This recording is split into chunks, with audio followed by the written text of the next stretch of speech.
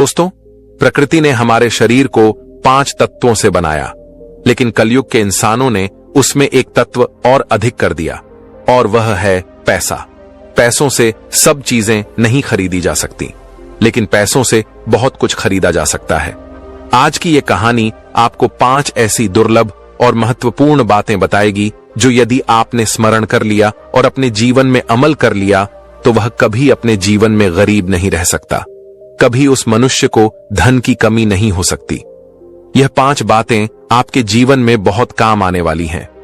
इस कहानी में एक वृद्ध पक्षी है जिसने बताया कि आखिर यह गरीबी रूपी अभिशाप हमें क्यों भोगना होता है। तो शुरू करते हैं आज की यह प्यारी सी कहानी। किसी जंगल में एक वृद्ध पक्षी और एक तोता वृक्ष में रहते थे। उन दोनों के बीच बहुत ही प्रेम था। तोता अक्सर दुनियादारी की बातें वृद्ध पक्षी को सुनाता रहता था। जब भी तोता का मन नहीं लगता था तो वह वृद्ध पक्षी से कहता था कि आज मुझे अच्छा नहीं लग रहा है, कोई ऐसी कहानी सुनाओ जिससे मेरे मन को शांति मिले और कुछ ज्ञान प्राप्त हो। ऐसी कहानी सुनाओ जिससे दुनिया के लोग कुछ सीख सके, क्योंकि ज्ञानी का धर्म है कि वह अपने ज्ञान से लोगों का भला करे, उनका मार्गदर्शन करे, उन्हें मुश्किल वक्त से निकलने का उनको रास्ता बताएं। तब वृद्ध पक्षी कहती है, हे तोता, मैं तुम्हें बहुत अच्छी कहानी सुनाती हूं। यह कहानी लोगों की गरीबी मिटा देगी, लोगों को धनवान बना देगी। तुम इस कहानी को ध्यान देकर सुनना। तब वृद्ध पक्षी तोते को एक बहुत ही ज्ञानवर्धक कहानी सुनाती है। वृद्ध पक्षी कहती है कि प्राचीन समय की बात है। किसी नगर में एक गरीब व्यक्ति रहता था। उस गरीब औरत के 6 बेटे थे। वह औरत इतनी गरीब थी कि 2 वक्त की रोटी भी उसे ठीक से नसीब नहीं होती थी। उसका और उसके बेटों का कभी ठीक से पेट नहीं भर पाता था। उसने अपने जीवन में कभी अच्छे वस्त्र और अच्छा भोजन नहीं देखा था। वह गरीब महिला अपने साथ अपने बेटों को भी लेकर एक साहूकार के यहां नौकरी किया करती थी, और साहूकार उसे नौकरी के बदले में प्रतिदिन 3 पाई जौ दिया करता था। वह 3 पाई जौ के दाने अपने घर पर लेकर आती थी, तब कहीं अपने लिए घर पर भोजन बना पाती थी। उन 3 पाई जौ के दानों से जो भोजन बनता था उसे उस गरीब महिला का और उसके बेटों का कभी पेट नहीं भर पाता था, क्योंकि उसका बहुत विशाल परिवार था। इसीलिए भोजन बहुत कम हो जाता था। परिवार के अधिकतर लोग भूखे रह जाते थे। वह महिला पर ही लिखी तो थी नहीं, और ना ही वो कभी अपने बेटों को पढ़ा पाई थी। इसीलिए कहीं ढंग का काम भी नहीं मिलता था। पेट पालने के लिए वह और उसके बेटे साहूकार का काम करने चले जाते थे। साहूकार की मजदूरी ही उसकी जीविका का साधन था। साहूकार भी बहुत चालाक आदमी था। वह जानता था कि इन अनपढ़ गवार को कोई काम तो देगा नहीं, और ना उनकी घर की स्थिति इतनी ज्यादा अच्छी है जो यह हर दिन बैठकर खा सके। इसलिए वह काम के बदले में केवल 3 पाई जौ देकर ही उन्हें बहला दिया करता था। संसार में आपकी कमजोरी का फायदा उठाने वाले बहुत बैठे हैं। जैसे बिल में रहने वाले मेंढक और छोटे छोटे जीवों को सांप खा जाता है, उसी तरह विरोध ना करने वाले को और कमजोर लोगों को धूर्त और चालाक लोग खा जाते हैं। साहूकार उस महिला को धमका कर रखता था, इसलिए वह भय की वजह से साहूकार के यहां काम करती थी और उस काम धंधे को त्याग नहीं पाती थी। दिन भर काम करने के बाद भी उनका कभी ठीक से पेट नहीं भर पाता था। एक समय की बात है, वह गरीब महिला शाम के समय अपने चूल्हे में लकड़ी जला रही थी। वह भोजन बनाने की तैयारी कर रही थी। तब तक वह क्या देखती है कि पड़ोस में रहने वाली एक वृद्ध माता उसके पास आती है और कहती है, अरे बेटी, तुम रोज इसी तरह से साहूकार के यहां काम करने के बाद घर आती हो, और शाम को आने के बाद तुम अपने लिए भोजन बनाती हो, तब कहीं जाकर तुम खाती हो, और सुबह को फिर जल्दी साहूकार के यहां काम पर चली जाती हो। तुम एक काम क्यों नहीं करती? तुम्हारे 6 बेटे हैं, तुम इनमें से अपने एक बेटे का विवाह कर दो। तुम्हारे घर में जब बहू आ जाएगी तो तुम्हारे लिए काफी सुविधाएं हो जाएंगी, वो घर को संभाल लेगी। उस वृद्ध माता को नहीं मालूम था कि महिला के ज्येष्ठ बेटे का विवाह पहले ही हो चुका है। उस गरीब महिला ने बताया, हे माता, मेरे ज्येष्ठ बेटे का विवाह तो हो चुका है, उसकी बहू इस समय अपने मायके में रहती है। तब वृद्ध माता कहती है, तो तुमने भोजन बनाने के लिए अपनी बहू को बुलाया क्यों नहीं? महिला ने जवाब दिया, वृद्ध माता, आप तो सब कुछ देख रही हैं कि हमारे घर की हालत क्या है। न तो बारिश से बचने के लिए सर पर छत है और न लेटने बैठने के लिए कोई चारपाई। बहू को बुलाकर हम उसे कहां रखेंगे? और हमारे घर पर कोई अच्छे सही सलामत वस्त्र भी नहीं है जिन्हें बिछाकर वह बेचारी रात बिता सके।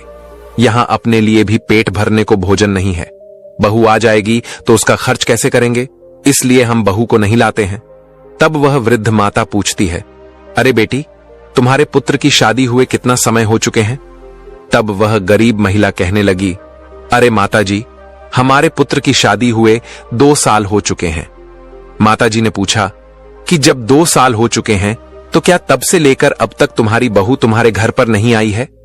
गरीब महिला ने कहा, हां, वह मेरे घर पर अभी तक नहीं आई है क्योंकि हमने उसे बुलाया ही नहीं। तब बुढ़िया कहती हैं, बेटी, तुम ऐसे कब तक परेशान रहोगी? इसलिए अपनी बहू को अपने घर बुलवा लो। उस महिला ने जवाब दिया, माताजी, हमें माफ करना, हमारे पुत्र के पास में सही सलामत वस्त्र भी नहीं है जो उन्हें पहनकर वह अपने ससुराल जाकर बहू को बुला लाए। तब बुढ़िया ने कहा, अगर ऐसी बात है तो तुम चिंता मत करो। मेरे घर से मेरे बेटे के वस्त्र ले जाओ और उन्हें पहनाकर तुम अपने बेटे को भेज दो। वह माताजी उस गरीब महिला को अपने साथ लेकर अपने घर गई और अपने घर से अपने बेटे के वस्त्र निकाल कर लाई और कहा, इन वस्त्रों को तुम ले जाओ और अपने बेटे को पहना दो और अपने बेटे से कहना कि वह ससुराल जाकर के अपनी बहू को बुला लाए। वह गरीब महिला उन वस्त्रों को लेकर जब अपने घर पर आती है और अपने ज्येष्ठ बेटे को बुलाता है, फिर अपने बेटे से कहती है कि बेटे, इन वस्त्रों को पहन करके तुम अपनी ससुराल चले जाओ और अपनी पत्नी को बुलाकर ले आओ। इधर वस्त्रों को पहन करके वह गरीब महिला का बेटा अपनी ससुराल में पहुंचता है और उसके ससुराल वालों ने जब उसको देखा तो उसका खूब सेवा सत्कार किया। 2 दिन तक वह अपनी ससुराल में रुका। उसके बाद में अपनी पत्नी को लेकर वह अपने घर की ओर चल दिया। जब वह अपनी पत्नी को लेकर के अपने गांव के नजदीक आया तो उसने अपने गांव के पास आकर के विचार किया कि हमारे घर पर तो टूटी चारपाई है, हमारे घर की हालत बहुत खराब है। यदि इस समय हमारी पत्नी हमारे घर पर जाएगी तो हमें शर्म की वजह से अपना सिर झुकाना होगा। तब उस गरीब के बेटे ने विचार किया, चलो हम उस पड़ोस वाली माताजी के घर पर ही अपनी पत्नी को ठहरा देते हैं।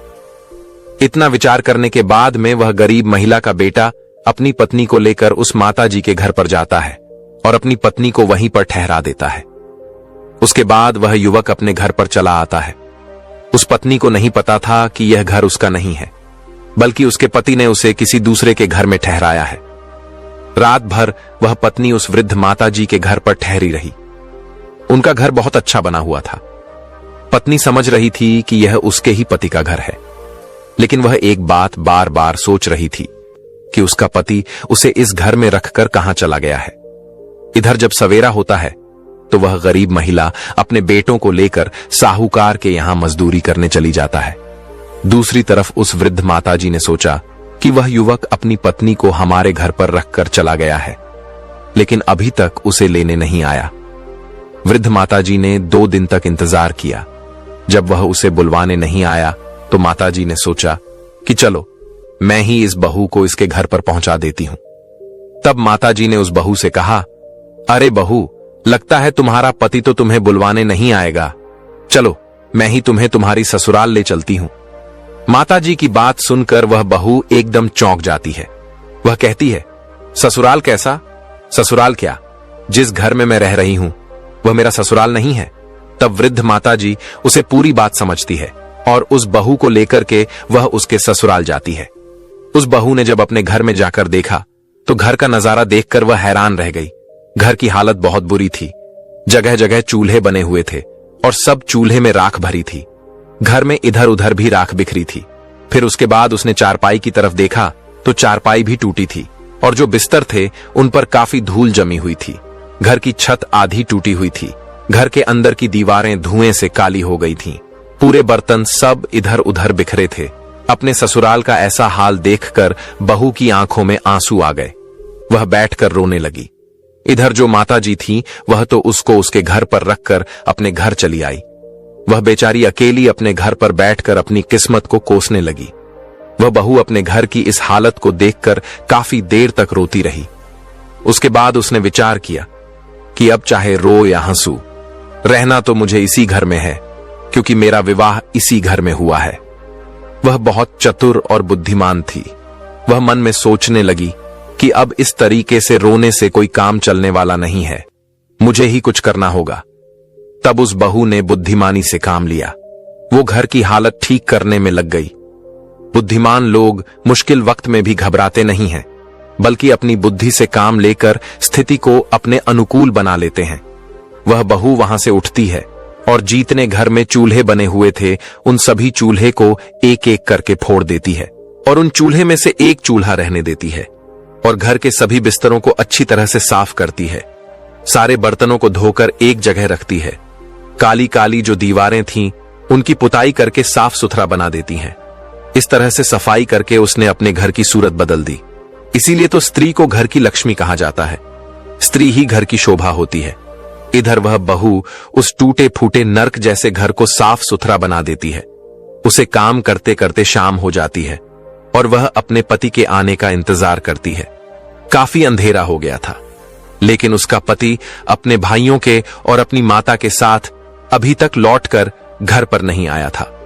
तो वह बहू घबराने लगती है और सोचती है कि मैं इस घर में अकेली हूं, मेरा पति अभी तक नहीं आया है, कोई दुष्ट आदमी मेरे घर में ना घुस आए। उसके मन में इस तरह की बातें चल रही थीं। तब वह क्या देखती है कि उसकी सास अपने बेटों के साथ घर के अंदर आती है। जब वह घर में घुसते हैं तो घर के अंदर का नजारा देखकर दंग रह जाते हैं। उसने देखा कि घर का तो हुलिया ही बदल गया है। वह अपनी बहू से जाकर पूछता है कि बहू, यह तुमने क्या किया? अपने घर में इतने सारे चूल्हे थे, तुमने उन चूल्हे को क्यों फोड़ दिया? तब वह बहू कहने लगी, मां जी, मुझे माफ करना, आज से केवल इस घर में एक ही चूल्हा रहेगा और सभी के लिए मैं भोजन बनाकर दूंगी। किसी को अलग चूल्हा में आग जलाने की जरूरत नहीं है। बहू की ऐसी बातें सुनकर उसकी सास और उसके देवर सब बहुत प्रसन्न हो जाते हैं। उसके बाद जो 3 पाए जौ दाने साहूकार ने उसे दिए थे वह उसने अपनी बहू को दे दिए। बहू ने उससे उनका भोजन तैयार किया और सबको भोजन कराया, लेकिन उस भोजन से उनमें से किसी का पेट ठीक से नहीं भर पाया। वह बहू 2 दिन तक तो इसी तरह से उन्हें भोजन बनाकर देती रही, लेकिन वह भोजन उनके लिए पर्याप्त नहीं हो पाया। जैसे ही तीसरा दिन हुआ तब उसने अपने सास से कहा कि मां जी, आप रोजाना उस साहूकार की मजदूरी करने जाती हो और वह साहूकार आपको रोज 3 पाइज के दाने देता है। उन 3 पाई जौ से हमारा गुजारा नहीं हो पा रहा है।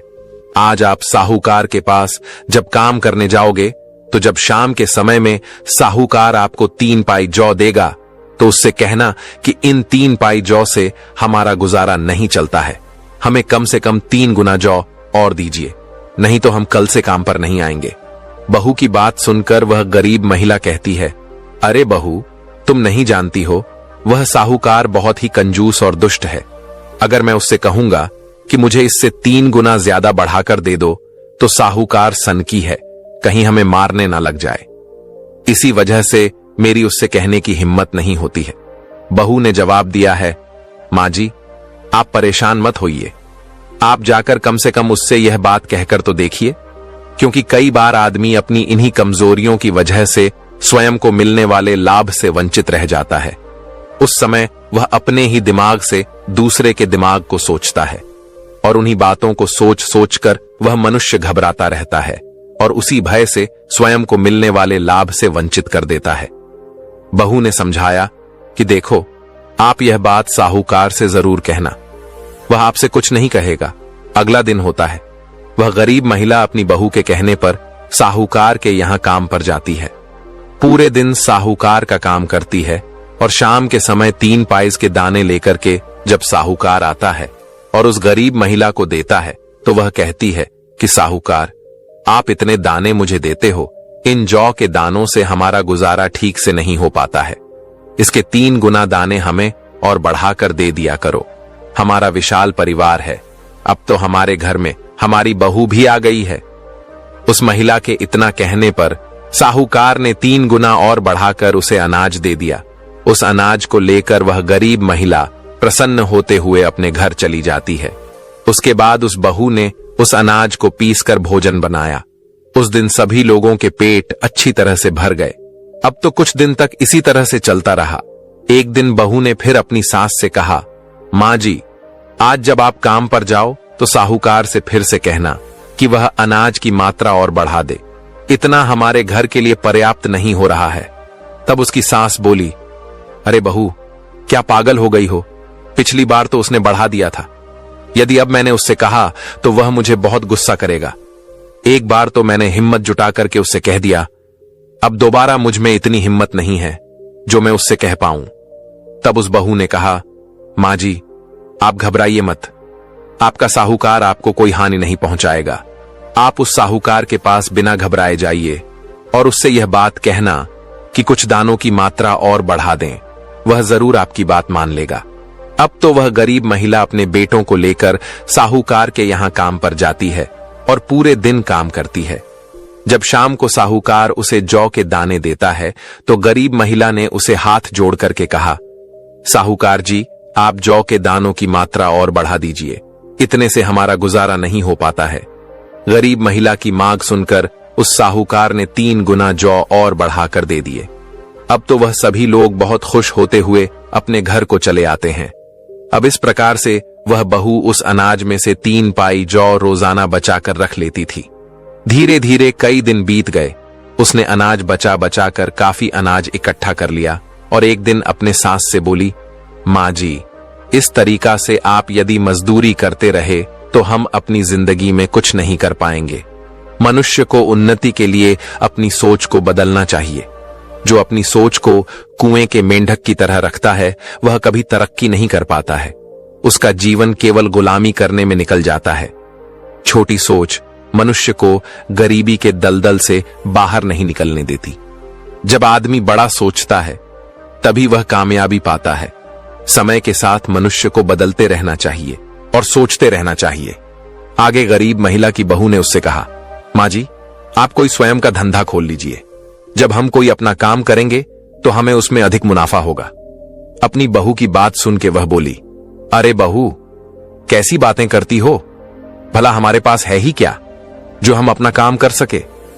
तब बहू कहती है, माँ जी, मैं रोजाना जौ बचाकर रख लेती थी। अब हमारे पास काफी अनाज इकट्ठा हो चुका है। आप उस अनाज को बाजार में बेच आओ और बाजार में कोई दुकान देख लो और अपनी छोटी सी दुकान खोल लो। जब हमारा खुद का काम हो जाएगा तो हमें अच्छा मुनाफा हो जाएगा। गरीब महिला बोली, बहू, तुम कहती तो ठीक हो, लेकिन अगर यह बात साहूकार को पता चल गई तो वह हमें बहुत गुस्सा करेगा। बहू ने कहा, माँ जी, आप साहूकार के गुलाम नहीं हो। हमारी मर्जी, हम काम करें या ना करें। उस गरीब औरत ने वैसा ही किया जैसा उसकी बहू ने बताया था। इसलिए उस दिन से साहूकार के काम पर जाना बंद कर दिया और बाजार में एक दुकान देख ली और वह अनाज बेचकर महिला ने अपनी एक दुकान खोल ली। धीरे धीरे उसकी दुकान अच्छी तरह से चलने लगी। अब उसकी गुजर बहुत अच्छे से होने लगी। शाम को जब वह दुकान से लौटकर अपने घर आती और अपने परिवार के साथ बैठकर प्रेम से भोजन करती थी तो एक दिन बहू ने फिर उसे एक बात बताई। बहू बोली कि माँ जी, जब भी आप घर पर आया करो तो कुछ ना कुछ लेकर आया करो। अगर कुछ ना मिले तो आपको रास्ते में जो कुछ मिल जाए उसे ही उठा ले आया करो। ऐसा करने से घर में धन की वृद्धि होती है। आज से घर पर जब भी आओगे तो खाली हाथ नहीं आओगे। सास ने जवाब दिया, ठीक है बहू, हम आज से ऐसा ही करेंगे। इधर अगला दिन हुआ और वह गरीब महिला अपनी दुकान पर पहुंची।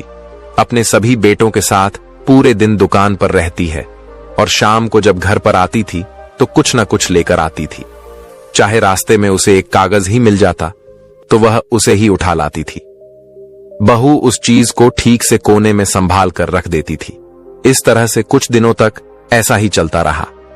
एक दिन क्या होता है कि उसकी सास जब दुकान से लौटकर घर की ओर आ रही थी तो उसे घर पर ले जाने के लिए कुछ भी नहीं मिला।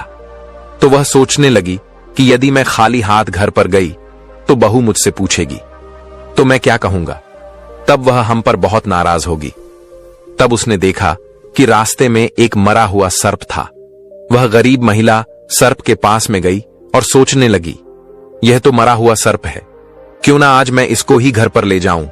उसके बाद वह एक लाठी से उस सर्प को उठाती है और अपने घर पर ले आती है। इधर जब उसकी बहू देखती है कि उसकी सास एक मरे हुए सर्प को घर में लाई है, तो वह कहती है, अरे माँ जी, आज आप यह क्या ले आए हो? यह तो सर्प है, यह कोई घर में लाने की चीज नहीं है। सास ने कहा है, बहू, तुमने ही तो कहा था कि कुछ ना कुछ लेकर आया करो, खाली हाथ मत आया करो। आज मुझे कोई वस्तु नहीं मिली, केवल यह मरा हुआ सर्प ही मिला था, तो मैं इसे उठा लाई। इसमें मेरी क्या गलती है? बहू बोली, कोई बात नहीं, इसे छत के ऊपर फेंक दीजिए। उस बहू ने उस सर्प को अपनी छत के ऊपर फेंक दिया। एक दिन उसी नगर के राजा की रानी का एक कीमती हार एक चील लेकर आकाश में उड़ गया, और वह चील उस हार को लेकर के उस बहू के घर की छत के ऊपर से गुजरा। चील की नजर छत पर गई और उस मरा हुआ सर्प दिखाई दिया। चील जो कीमती हार लेकर आया था, वहां हार तो उसने छत पर ही छोड़ दिया और उस मरे हुए सर्प को उठाकर ले गया। इधर अगले दिन वह बहू अपने कपड़े सुखाने के लिए छत पर पहुंची तो उसकी नजर उस हार पर गई। वह उस हार को उठा लाती है और उस कीमती हीरे के हार को देखकर बहुत प्रसन्न होती है। उसने वह हार अपनी संदूक में छुपा कर रख दिया। इधर पूरे नगर में यह बात फैल गई कि रानी का हार चील लेकर चला गया। राजा ने पूरे नगर में घोषणा करवा दी और अपने सैनिकों को चारों दिशाओं में भेज दिया कि पता करो कि वह चील उस हार को लेकर कहां गया है। वो हार जिस व्यक्ति को मिल जाए वह तुरंत राज दरबार में पहुंचा दे। वह हार हमारी रानी का है, जो कोई उस हार को पहुंचाएगा उसे हम बहुत सारा इनाम देंगे। सारे शहर के लोग उस हार की तलाश में लग गए। इधर ये बात उस बहू को मालूम हुई कि रानी का हार बताने वाले को या पहुंचाने वाले को राजा साहब मुंह मांगा इनाम देंगे। लेकिन वह राजा कई दिनों तक इंतजार करता रहा कि कोई उस हीरे के हार को लेकर के आएगा, पर अभी तक किसी ने हार नहीं पहुंचाया। अब तो राजा को गुस्सा आने लगा। राजा अपने सैनिकों से और मंत्रियों से कहता है, जल्दी से पूरे नगर में यह खबर फैला दो कि वह हार अभी तक कोई लेकर नहीं आया है। अगर वह हार किसी को मिल गया और अगर किसी के घर में रखा पाया गया तो राजा उसे कठोर दंड देंगे। यह खबर उस गरीब महिला को जब पता चलती है तो वह अपनी बहू से कहती है, बहू, राजा का हार चोरी हो गया है। पहले तो राजा ने हार देने वाले को इनाम की घोषणा की थी, लेकिन अब राजा ने कहा है कि जिसके पास हार होगा उसे सजा दी जाएगी। बहू तो जानती थी कि वह हार उसी के पास है, लेकिन उसने अपने सास को नहीं बताया। बहू ने अपने सास से कहा कि मां जी, आप एक काम करिए, एक झूठ मूठ की पत्री लेकर राजा के दरबार में ज्योतिषी बनकर जाइए और राजा के सामने पत्री खोलकर राजा से कहना कि आपका कीमती हार आपके महल के पीछे कचरे के ढेर में है। बहू की बात सुनकर वह महिला घबरा गई और कहने लगी, बहू, तुम पागल हो गई हो क्या? अरे, मैं उस हार के बारे में जानती तक नहीं हूं। अगर मैं राजा के सामने जाकर झूठ बोलूंगी तो राजा मुझे दंड देगा। बहू ने जवाब दिया, मां जी, आप घबराते क्यों हो? मैं जो कह रही हूं आप उसे करिए। इस प्रकार से उस गरीब बहू की बातों पर उस महिला ने विश्वास कर लिया, क्योंकि आज तक उस बहू के बताए हुए रास्ते पर ही वह चलती आ रही थी। अब तो वह झूठ मूठ की ज्योतिषी बन गई और प्रथि पत्रा लेकर राजा के दरबार में पहुंच गई और राजा से कहा, महाराज, मैं एक बहुत ही विद्वान ज्योतिषी हूं। मैंने आपके हार का पता लगा लिया। आपका हार आपके महल के पीछे कचरे में है। राजा ने जब उसकी बातों को सुना तब राजा ने अपने सिपाहियों को बुलवाया और कहा कि जाइए, हमारे महल के पीछे जो कचरा है उसमें से हार को ढूंढिए। राजा के सिपाहियों के पहुंचने से पहले वह हार उस बहू ने राजा के महल के पीछे जाकर फेंक दिया और हार को फेंक करके वह चुपचाप अपने घर लौट गई। इधर राजा के सिपाही जब उस हार को ढूंढने के लिए राजा के महल के पीछे गए तो उनको वह हार मिल गया। वह हार लाकर के उन्होंने राजा को सौंप दिया। तब वह राजा उस गरीब महिला से बहुत ही प्रसन्न होता है और कहता है कि तुमने हमारा हार बता दिया है, इसलिए हमसे तुम कोई भी वरदान मांग लो। तब वह महिला कहने लगी, हे राजा साहब, आप हमें माफ कर दीजिएगा। हम अपने घर में जाकर के अपनी बहू से और अपने बच्चों से सलाह करने के बाद ही आपसे कुछ मांगेंगे। तब राजा ने कहा, ठीक है, जाओ, तुम अपने बहू और बच्चों से सलाह लेकर के आओ। अब वह गरीब महिला अपनी बहू के पास आती है और कहती है कि वह राजा मुझसे कोई इनाम मांगने के लिए कह रहा है, मैं क्या मांगू? तब बहू कहती है कि मां जी, आप जाए और पहले राजा से आप वचन ले लेना, फिर उसके बाद में जब वह राजा वचन दे दे तब उससे मांगना। कहना कि महाराज, इस बार जब दिवाली आएगी तो किसी के घर में भी दिया ना जले, नगर का कोई भी व्यक्ति अपने घर में दिया ना जलाए, राजा से आप इतना ही मांग लेना। बहू की बात सुनकर वह गरीब महिला घबरा गई और कहने लगी, बहू, यह तुम क्या कह रही हो? यह बात सुनकर तो राजा मुझे फांसी पर लटका देगा। तब बहू ने कहा, मां जी, आप घबराइए नहीं, मैं आपसे जो कह रही हूं आप उसे करिए।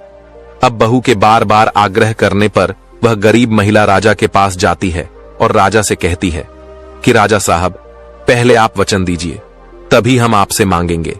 यदि आप वचन नहीं दोगे तो हम नहीं मांगेंगे। राजा ने वचन दिया और कहा कि आप जो मांगोगे हम वही आपको देंगे। तब उस महिला ने राजा से वही बात कह दी जो उसकी बहू ने बताई थी। इस बार दिवाली आ रही है और हमारी आपसे मांग है कि इस बार दिवाली पर नगर का कोई भी व्यक्ति अपने घर दीपक ना जलाए। पूरे शहर में अंधेरा रहना चाहिए, दीपक केवल हमारे ही घर में जलेगा। गरीब महिला की बात सुनकर राजा गुस्से से भर गया और कहने लगा, क्या तेरा दिमाग खराब हो गया है? मैं कैसे पूरे शहर में अंधेरा करवा दूं? गरीब महिला ने कहा, महाराज, गुस्सा क्यों करते हो? यदि आपको नहीं देना है तो मना कर दीजिए। काफी सोच विचार करने के बाद राजा ने कहा, ठीक है, हमने वचन दिया है तो हम अपने वचन को पूरा करेंगे। राजा ने पूरे शहर में मुनादी करवा दी कि इस बार दिवाली पर कोई दिया नहीं जलाए, केवल इस महिला के घर में ही दीपक जलेगा। अब वही होता है, और जब धनतेरस आती है तो किसी के घर में एक भी दिया नहीं जलता है, केवल उसी महिला के घर में उसकी बहू दीपक जलाती है। इधर जब शाम के समय माता लक्ष्मी रिद्धि सिद्धि को अपने साथ लेकर उसी नगर में आती है तो माता लक्ष्मी ने देखा कि आज पूरे नगर में, पूरे शहर में अंधेरा ही अंधेरा है। माता लक्ष्मी ने रिद्धि सिद्धि से कहा, भला यह क्या बात है? तब रिद्धि सिद्धि ने माता लक्ष्मी को सारा हाल बताया।